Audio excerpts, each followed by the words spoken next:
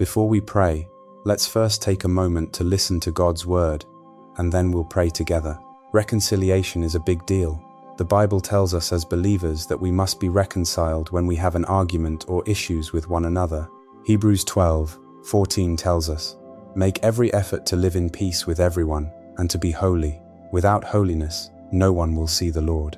Matthew 5:23-24 also says, "Therefore, if you are offering your gift at the altar and then remember that your brother or sister has something against you, leave your gift there in front of the altar.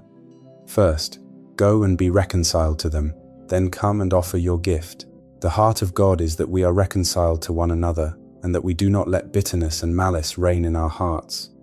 God is very particular about peace, and I believe we as believers must be too.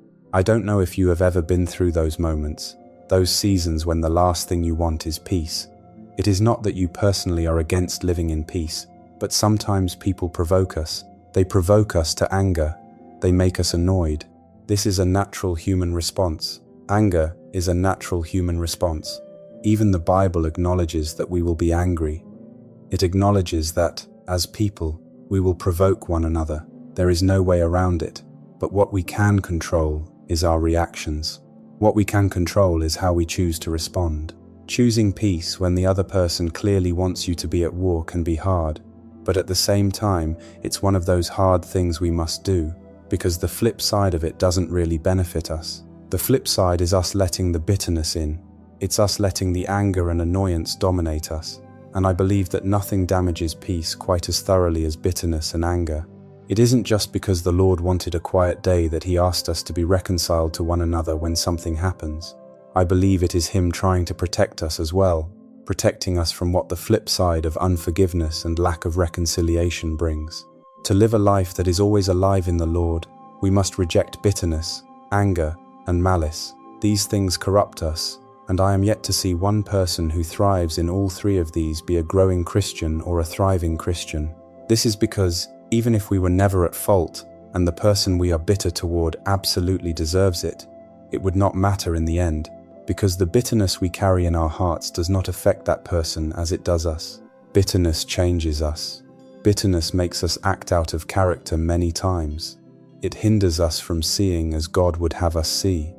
When we are at peace with everyone, communication with God becomes easier. In fact, forgiveness becomes easier. This is not to say we can control what others feel. You cannot control others feeling bitter towards you or hating you. There is little you can do about that, but you can control what you feel, and that is why the Lord is sending this call out today. Maybe you have let bitterness into your heart. You have let it stay there for so long and fester for so long that it is now becoming a part of you. I bring you a word today, and that word is to let go. The Lord is calling you to reconciliation today. Don't ignore His call. He wants you to mend those broken fences.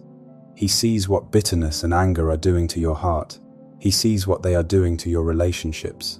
He sees what they are keeping you from. He sees how they hinder your life. You may not see it. You may not know it, but He does. No matter the pain you have endured and feel you can't let go of, believe me when I say staying in bitterness and facing the consequences that come with it is too great a price to pay after being wronged. So you have to let that go first. Let that pain and hurt go from your heart. And also, after letting it go, you have to be willing to forgive and to reconcile. It's easier said than done, but know that forgiveness can come with reconciliation too. There is nothing quite as beautiful as two brothers or two sisters coming together to restore a broken relationship. The healing that comes with it is deep and profound, and this must be done in truth and not half-heartedly. It starts with truth, an honest conversation, a sincere heart to understand one another, and the willingness to work with one another's flaws and work out one another's mistakes.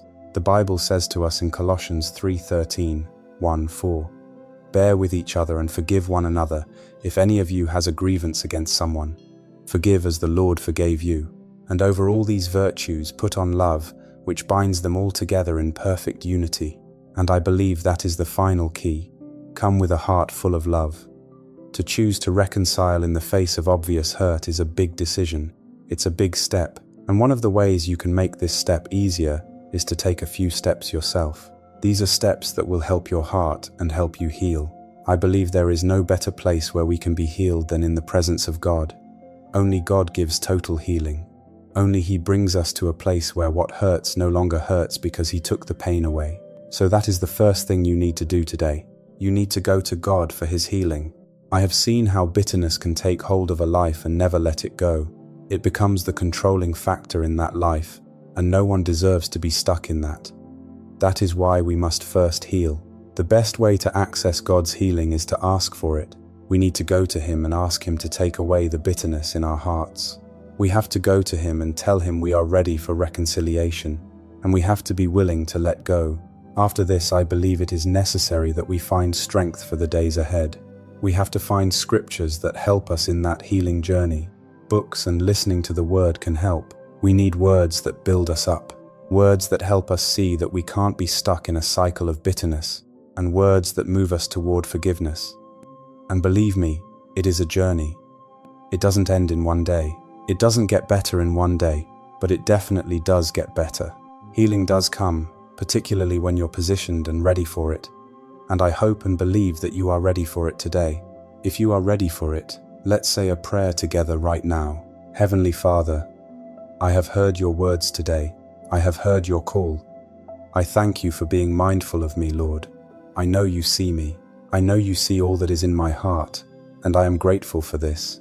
I confess today, Lord, that there is pain in my heart. There is bitterness in my heart, and I have not healed. I am not even sure I can heal. I am not sure what healing will look like, but I know that you can bring healing even to the most bitter heart. So I ask today, Lord, that you help me, help my heart to heal from this pain. And Father, even as I start on this journey of healing, I pray that you help me to stay on it. Help me not to abandon it and return to that place where bitterness and hate dominated my heart. Help me to stay faithful. Help me to keep believing. And Lord, help me to let you work in my life. Lord, I ask you to remove every prideful thing in me that makes reconciliation harder than it needs to be. If there is stubbornness in my heart, soften it. If there is a desire to prove I was right, help me be humble. If I secretly wish the other person would feel the pain I have felt, cleanse me of that. Help me come to you honestly, ready to be corrected, to listen, and to admit where I have failed. I also pray, Lord, that you help my heart to come to a place of forgiveness. I have not been able to let things go, Lord, and I'm not sure how much healing will happen if I can't let go of those who have wronged me. The pain has been so deep and so real for so long, and in some cases continuous, that I am not exactly sure how to let go. But today, Lord, I make the choice to forgive. I make the choice to let go, and I pray that you help me even as I commit to this, Lord. Father, please give me wisdom for reconciliation. Help me not to move by emotions alone. Teach me when to speak, how to speak, and what to say. Let my words be honest, but not harmful. Let my heart open, but careful. Help me avoid reopening old wounds with anger, blame, or accusations. Guide every conversation I need to have, and let truth, humility, and love lead me. I answer your call to reconciliation today. I answer your call to mend fences that have long been broken down. I choose today to make an effort with those I have long severed ties with. I choose today to make an effort to reach out. I choose today that I will no longer let bitterness, anger, and hatred cage me. No longer will I let these things keep me tied down or hinder my life. I choose freedom today, and I choose to show love. I choose to extend a hand of love where I have not received any. I choose to change the narrative. I don't just want to respond to what others do. I pray to rise above reaction today. I choose my own path. I choose peace. I choose joy, and I choose forgiveness. I also pray today for restoration. I have been bitter, and I have noticed that I have lost peace. I have lost joy. I have lost blessings that the Lord had for me because I let bitterness sit and fester in my heart. And because I let my heart be closed off, I ask for a return of my peace today. I ask for the restoration of my joy. I ask for the restoration of everything I have missed because of this season. I also pray going forward for the grace to live at peace with everyone as much as it depends on me. I pray for the grace to live a life devoid of malice, a life devoid of hate, and a heart that is always quick to reconcile when things go wrong. Heavenly Father, I thank you today because you have heard me. Thank you for your call to reconciliation, and thank you for what you are ready to do in my life right now, even as I start this healing journey. Glory to your name. In Jesus' name I pray. Amen. I hope this devotion reminds you that God can heal even the deepest wounds and free your heart from bitterness.